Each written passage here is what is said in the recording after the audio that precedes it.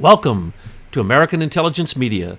My name is Thomas Paine, the ass of the globalist, and I'm here today with my good friend Michael McKibben, who's been down in the mines digging up SES diamonds and sending them to us every few minutes, and the people on the list who are part of the shadow government, the SES, in this month that is dedicated to SES awareness. We cannot thank you enough for your incredible work down there in the mines doing all this geological work, Michael. Thank you for being with us today. Well, it's great to be with you, and thanks for the kudos to the whole team. It's amazing what you've been finding. We didn't get to talk with you yesterday, but Betsy and I were chatting about all these revelations, because every few minutes you send us a revelation like it takes 1 year to have tenure as SES. 1 year? Where in the world do you get tenure after 1 year? And as far as you know, and as far as we know, there's no end to this. So once you get started pay, we haven't found any proof any SES pay ends. Is that true, Michael? It appears that way. I mean, I don't know where to start with this list, because we just counted. We've been reviewing about 80,000 categories over the last week and a half. And the rules and the regulations are so convoluted that even if you spend 2 or 3 days with a flow chart, you're never going to see things circle back on each other. And everything's vague. It's always, well, it may be this or it may be that, and it could be this, and they're exempted from that. And, oh, by the way, these 3 categories don't count if it's the 3rd Sunday of the month, and it just goes on and on. And not repeated this year. Oh, we don't have that information at this time. And we can't give you any information on any of the top dogs, the most evil people we plug in. We don't get any real statistics on what they're paid. Not only do they have the most extraordinary waivers for getting hired from, you can be literally a spy from Russia and be hired through the SES, because you get waivers on everything. You don't have to fill out any forms. You get top secret security clearances. You get the top pay. You get presidential awards. Tenure after a year. It's almost like I'd want one of those jobs, but I would know immediately that I was working for the deep state, the shadow government, and that this is not what all the rest of the civil servants get. But what it appears to be, the SES appears to be some sort of recruiting mechanism that's paid by us, the taxpayer, to allow these people to bring in new recruits and then watch them rise through the ranks. And the ones that are probably good soldiers do rise to senior positions, and the other ones just fade off and probably have some sort of the ongoing retirement pension, no matter how long they've been there. But I would say of the 80,000 names, I'm going to guess between a third and a half of the titles that are reported in there are blank, meaning they use different designations for telling the reader that we don't have to tell you who this person is. And one of them is pretty humorous. It's a category, temporarily canceled. And I'm thinking to myself, wait a second, you're supposed to report this to Congress every 4 years. And then you're telling me right before the report, the person is canceled out temporarily, with the obvious situation that they're going to be added back as soon as the report's submitted. They really do think we're pretty stupid. But I would imagine that most people have never looked at these books. Although I would say now we have discovered that these books are in all of the microfiche archive in all the state libraries in the country. So they are available, but you really have to want them to have them dug out of the mine pits. Another one is vacant. I don't even know what vacant category means. So there's some that are vacant and they get paid certain SES salaries. And then there's another one called career incumbent, and this is the most prominent one. And there are certain categories like the EPA, Department of Energy, Department of Defense, Securities and Exchange Commission, Health and Human Services, where practically all of the names are redacted, and the only thing you see in the category of what the person's name is career incumbent. So even so, we found plenty of interesting names, despite all this obfuscation. But you have told us about the sabotage, the tripwires, the tricks to get the key. So you go to Google, and then when you go to Google, then they get you, and you are put on the list. This is just like what we're being told in the news today and yesterday. Oh, sure, they're going to give us the documents from the Department of Justice and the FBI. It just may take 10 years, like with Eric Holder's Fast and Furious. Documents just now being released. And why? Because they cannot be Googled once they are put into a hard cover, a paper form. And so when they're going to give the 1.2 million documents from Horowitz to Congress, no one will ever be able to search them, Google them, and you'd have to read all 1 million documents before you could get anything. But what you pointed out to us is, as you're saying, you're digging in these minds. Tell us what it was like to have to disassemble these things, because they're basically tricks. If it wasn't geniuses working on this, you simply could not search this. You could not find what you wanted, and you could actually get in trouble by simply going in there and attempting. Is that true? One of our engineers suggested that these documents should be the textbooks that are used to show all of the different tricks that bureaucrats use to hide documents in plain sight. And it is not one thing, it's a whole constellation of tricks that were used in these documents. The one you mentioned about Google was very interesting. A version of these documents appear on Google Docs. The versions that Google makes available have some interesting embedded code that one of our engineers found. And in essence, if you read that version of those documents, the document itself checks back with the mothership.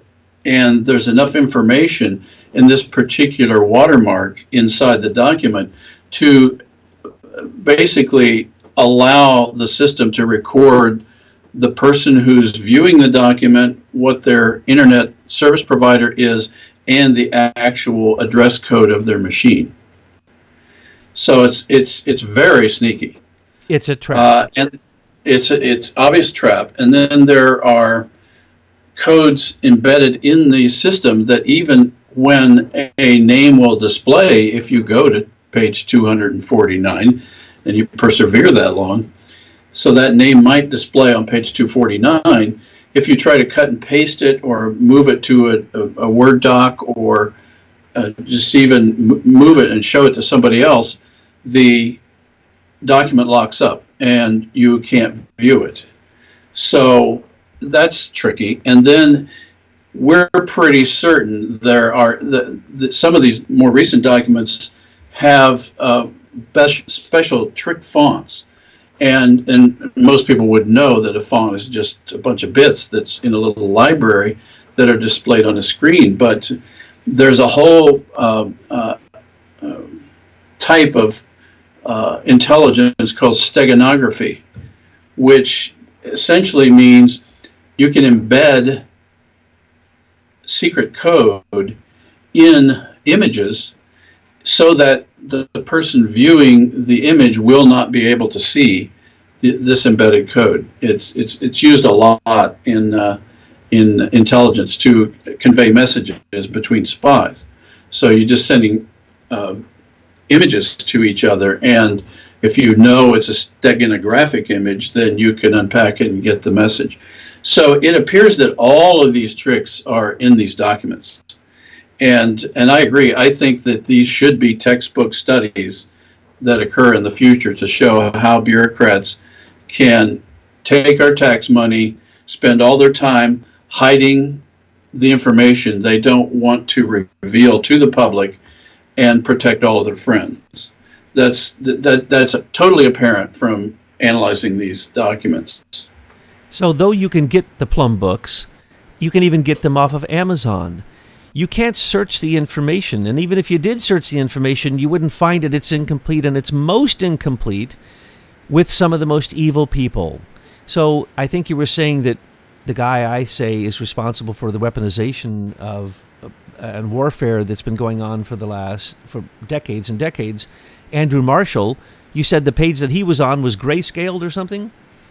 Yeah, there were several versions of it where all the pages displayed normally except the page he was on, and that's usually a telltale sign. And it was grayed out, so web crawlers wouldn't necessarily pick up his name.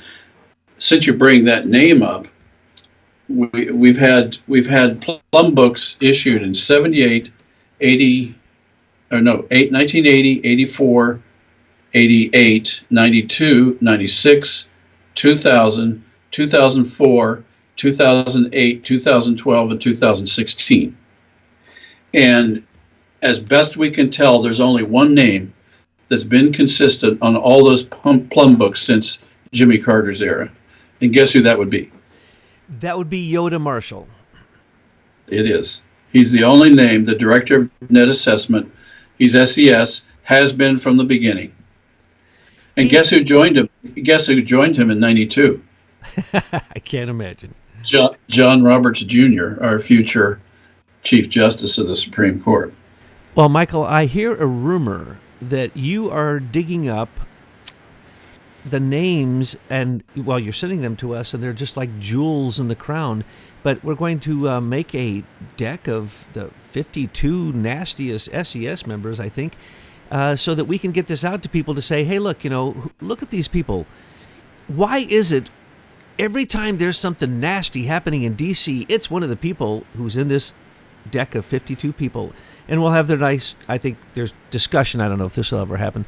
We'll have their picture on there, and then we'll basically link back. They can go back and look them up on your crime line or timeline, which you are associated with, the Americans for Innovation. And by the way, you're the CEO of Leader Technology, the company that the IBM Eclipse Foundation stole the scalability for social networking from. We tell people about this, and it's one of the number one priority we have because it can take down all of Silicon Valley.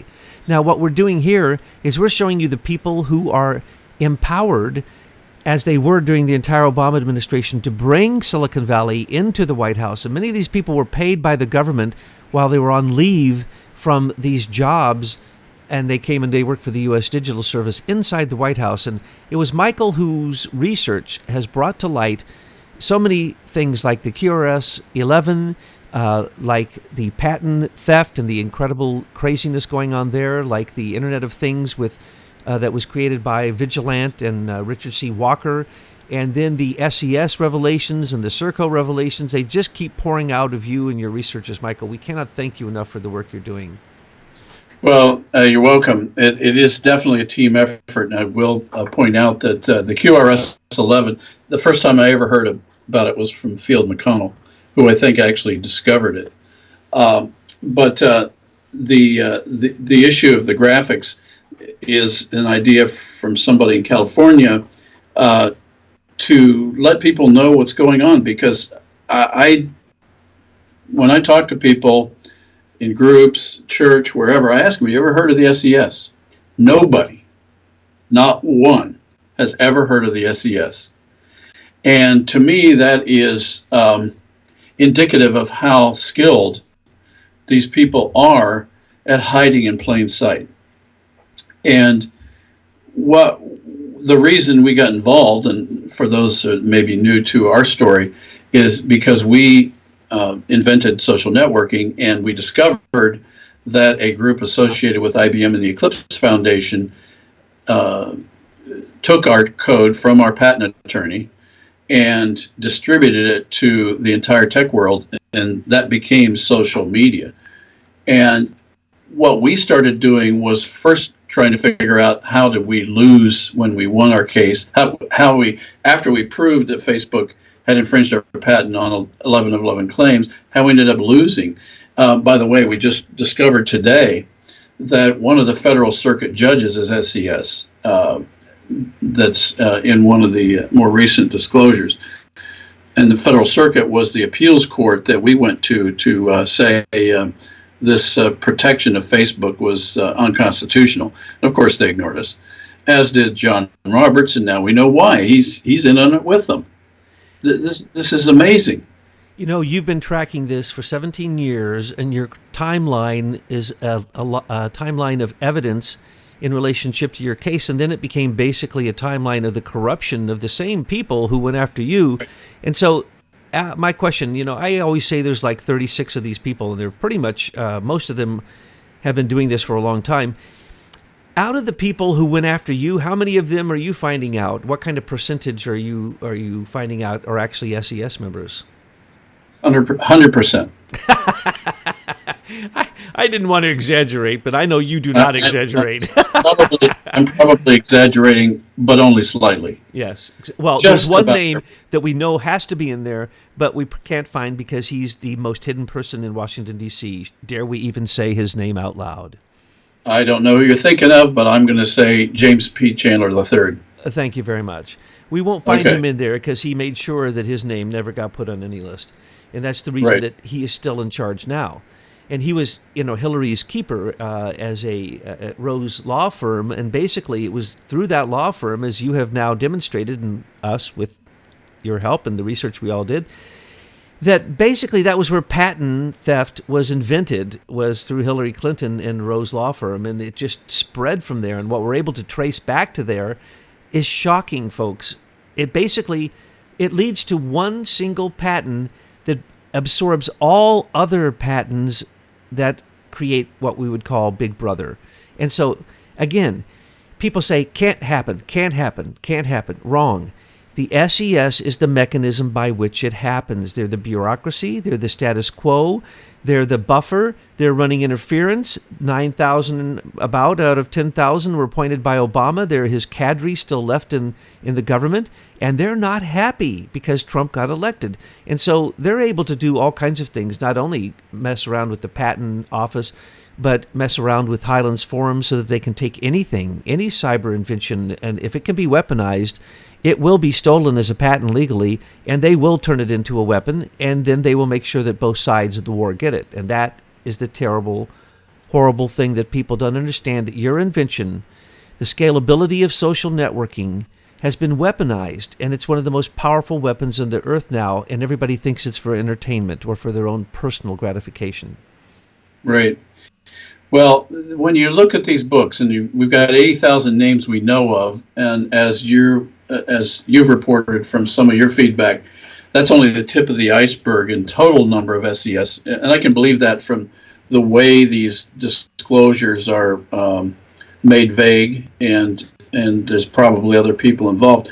And this goes back to 1978 and Jimmy Carter, when Marshall was actually made director of net assessment way back then.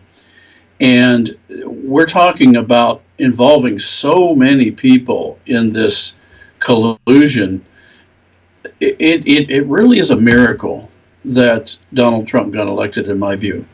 And in this week of miracles, in my church, in the Orthodox Church, this is Easter week. And so I, having been involved with ministry to the communist world in my days as an evangelical, one of the things you learn over time is that when things seem impossible, that's when God moves.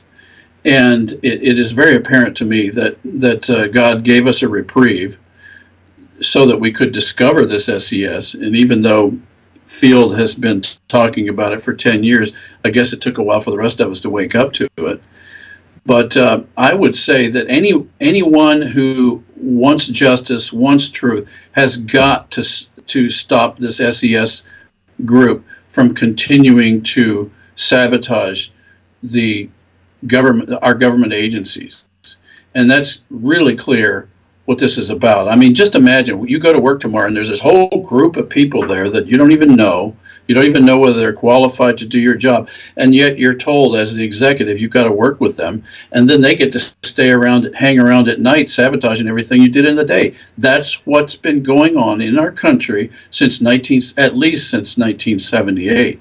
The civil service was dismantled and turned into a corporate attempt to take over our government, to align with what had already happened with other things like, of course, the Federal Reserve, many other things I could go into. But the point Right. is this is just the same old, And the reason that it can happen is it's perfectly legal. Now, is it ethical? No. Is it right? No. Anyone who looks at this, do they get upset? Do they get wrathful? Yes. So I apologize. Sometimes I get a little carried away because this is just tough. It's like seeing a child being harmed. You better not harm a child in front of me. And you want to say later I was angry, you can say whatever it was that caused me to break your nose and throw you in the ditch to get you off that child. But I will do whatever it takes. And what I'm seeing here, we were so close to an overthrow of our republic, and we couldn't figure out the mechanisms. And now that we see some of these mechanisms, yes, we are in a war. But I'll tell you what, I was a martial artist, and I know one thing. If you get angry, you lose. So I don't get angry. I get wrathful. And yes, sometimes I'm going to use very harsh words. And the attacks, for instance, Michael, you just saved us from an attack the other day. We know exactly who it came from. We know exactly why it happened from a person, there are people with a lack of ethics out there who are, in fact, the opposite of what they say, and they attack anybody that they can because that's what they're there for. Can you tell us about the type of espionage, the type of the hacking that happened with that thing that you solved the other day? A trusted person, so this person must have been working with us for a little while, sent us in, what was it, a picture or something? It was a video. It was a Facebook video link, and it was encoded in such a way that it destroyed whatever you had typed on the page that it was displaying on. Could that be an accident, Michael? Oh, well, anything's theoretically possible, but it's certainly an interesting coincidence given what you were working on. And others in our group have had attacks. And as you know, since the moment we threw down the SES gauntlet, the entire alt media has exploded because we said, look, go to Wikipedia, type it in, read it. If in 5 minutes you don't become outraged because the deep state, the shadow government, whatever you want to call it, the bureaucratic status quo, it's there, and it's legal, and every one of these people is paid more than any civil servant from the beginning because they're appointed. And we just found out that, like everything with the Clinton Foundation, wherever money flows, they put up a toll booth and charge a tax. So they have, at Google headquarters, their own Clinton Executive Institute. Because as we said, the programming to get into this is very simple. You simply watch a few movies, you take a few tests, and they find out whether you are going to be a follower. What do they call that? Not an alpha person, but a beta person. If you're an alpha person, you're not going to get in. You have to agree to what they're doing. You even take an oath.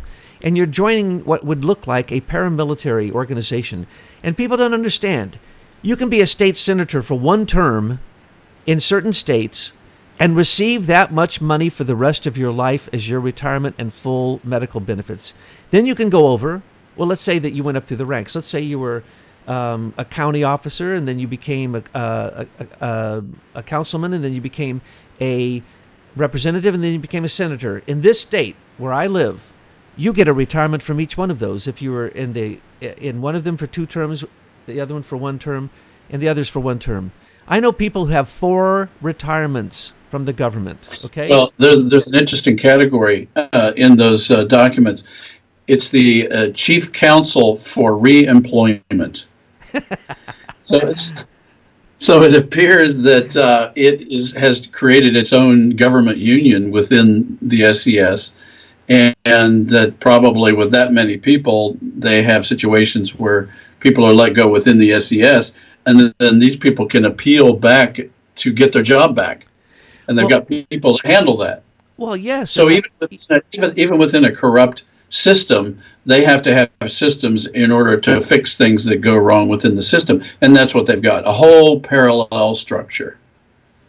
One of your revelations recently was that after a year, they can't be fired, and even the president may not know they've ever been hired, what they're doing, and he can't fire them either. That's right. And then they make a big point of that particular issue in every Plum book. And then the Council of 500 are all DOJ. They're actually 498 unless you've added 2 more to the list, because I added the extra 2 and I exaggerated and called it the Council of 500. Anyway, they're DOJ lawyers, and they sit on the ultimate review board. So everybody gets a review board. And let's say I'm an SES member, and I've been hired to work in the DOJ. And I'm not a lawyer. I don't know what I'm doing, and who cares? It doesn't matter. Oh, but then after every 4 years, I get moved around. So then I get moved over to the FBI. Now I'm at the FBI, and I'm telling people whatever I'm told. I don't know what's going on at the FBI. And then I move over to the CIA, and I'm not an agent. Who cares? I sit at a desk. I make sure nothing ever goes forward. That's my job. I do what I'm told. I don't know what my job is. Now, let's say then that in any one of those positions, my underlings get to vote on whether I get a raise, but I get to fire them. So, I wonder if they're going to vote that I get a raise. Do you think they'll give me one of the three big medals that I can get, the Presidential Award, or there's 3 awards you can get, which mean money? Do you think that my underlings are going to suggest that I get my yearly raise? Do they get a yearly raise? No. There are civil servant jobs that have been frozen for years and years and years, but not the SES. Every year they go through multiple review boards, and their underlings vote on whether they get a raise. And so they can get a raise from their underlings, they can get a raise from their review board, and then they can go to the ultimate review board and they can get awards. So if they have been a good deep stater, they have been a shadow government employee that has really stood out this year, we're going to give them the Presidential Award so they get 35% increase of their base pay. We don't know if that is for life along with their retirement, but it might be. So literally, some of these people could be making millions of dollars for all we know. There is no limit and there's no cap. And just to give you one example, right now, Robert Mueller, I believe, he's SES, but he was SES before. So when he was hired, he wouldn't take a civil servant salary. Lord heavens. Right now, he and his 17 lawyers are already approved for spending $100 million on their investigation of a sitting president, which is really a coup d'etat, an attempted coup d'etat. $100 million. Every inspector general, as you pointed out, all the inspector generals are special cases. No one knows how much they make. No one knows anything about the inspector generals, except that they seem to be completely exempt from all laws. They're waived from everything. They act with complete impunity. No one knows how much they make. And if they're good deep staters, every year they could get multiple raises that are bigger than most raises you see out there in business anywhere. So, Michael, do I have it right? And where can I apply for a job? Oh, no, that's right. I love my company, the Republic. I would never take the vow. And if you have, and you're one of those good people they tell us we shouldn't be attacking, all I can say to you is, you took the vow. You knew exactly what you got into. You became an at-will employee that has to have due process. That is an oxymoron. So you can't be fired. So first off, you can't be fired. Then you got at-will to scare everybody from taking the job. And then you have due process. But why would you need due process when you can't be fired anyway? So this is the best job description I've ever seen. And if I happen to be a spy from Pakistan, come on in, Imran Awan. Go through the Clinton senior executive training program. We'll get you signed. Oh, don't worry about that top secret security clearance. We'll get you one of those. We got those lying around over here at the Clinton Executive Institute. All you have to do is watch. Oh, you don't need to watch the movie. You've already been programmed. You're a CIA asset. You don't even have to go through the training. Come on in. That's the way it goes. Let me read you one of the rules, descriptions of the career appointments within the SES. And it's a whole page, so I'm just going to pick a paragraph. A career appointee to an SES position serves a 1-year probationary period and thereafter may be removed only for cause. A career member of SES may not be involuntarily reassigned within 120 days after the appointment of a new agency head, or during the same period after the appointment of an immediate supervisor who is not a career employee. I love that one. Yeah, what does that mean? You can't stop the buffer. In other words, Jeff Sessions gets appointed, his SES person goes in, they can't leave for 4 months, and they have to stay there to obstruct justice and to make sure he can't get his job done. It seemed real clear to me. Why, you don't speak government language? No, I don't. Here's the next paragraph. Non-career appointments. Now, these are political appointments, the people we elect. Remember that? The procedures to be followed and qualifications required in the selection of non-career appointees are determined by agency heads. By law, no more than 10% of total SES positions government-wide may be filled by non-career appointees, 10%. The proportion of non-career appointees may, however, vary from agency to agency up to a limit of 25% within the overall total. To administer this provision, Office of Personnel Management allocates to individual agencies an authorization for the number of non-career appointments that may be made by agency. So look at that. They're actually limiting their competition to a total of 10% in all the agencies together. So they're defining the fact that they're in charge, they're going to stay in charge by this recommendation or law. Now, this isn't a law. This came out of the law. So they wrote this agency recommendation and essentially made it law without ever having a public hearing. You point that out all the time. These are regulations. They're not even laws. And then they have these administrative councils that can then even pass judgment on regulations. And even if they find that a regulation is horrible, they can have an administrative council that says, no, it's not, we like it, it can continue. Even though it's against the law, it's against the Constitution, and no one even knows it exists. And now we found that with SES. On every page of every document, you get doublespeak, you get nonsense, you get falsehood, political spin, untruth like crazy. And so thank you for... I'm sure it must make you crazy reading these things because all they do is contradict themselves. Right. Yeah. Reading it as an engineer, I said, this is just circular logic. It doesn't make sense. Oh, well, that's nice. You took care of yourself there. You took care of yourself there. I can't believe any of these people actually do work. No, my opinion is this. Donald Trump should say to the entire senior executive services, here's one piece of paper to each one of you. And I'm enacting, as you know, I already have the Holman Clause, so I'm going to pay you $1 a year unless you can write down for me anything you've done in the last year on this piece of paper. You have to fill both sides. No one will fill the front side. All they do is obstruct. You will never find anyone except the top of the evil SES, which are the 36 we're talking about. And they basically run the whole show. And they run the show because they control who appoints what court and what judge and what committee it goes before and whether or not they're going to turn a blind eye and so on and so forth. And the SES, these might as well be the corporate lobbyists inside the government obstructing everything except what the top dogs. Now, those people, the top dogs, when we're talking about a Mueller, when we're talking about Rosenstein or Comey or Brennan or Clapper, we're talking about those are field marshals in the deep state. They're not hiding. They're out every single week. And you know that it's completely illegal for Clapper and Brennan to now be on the news each weekend talking about what they did with the president? I'm sorry.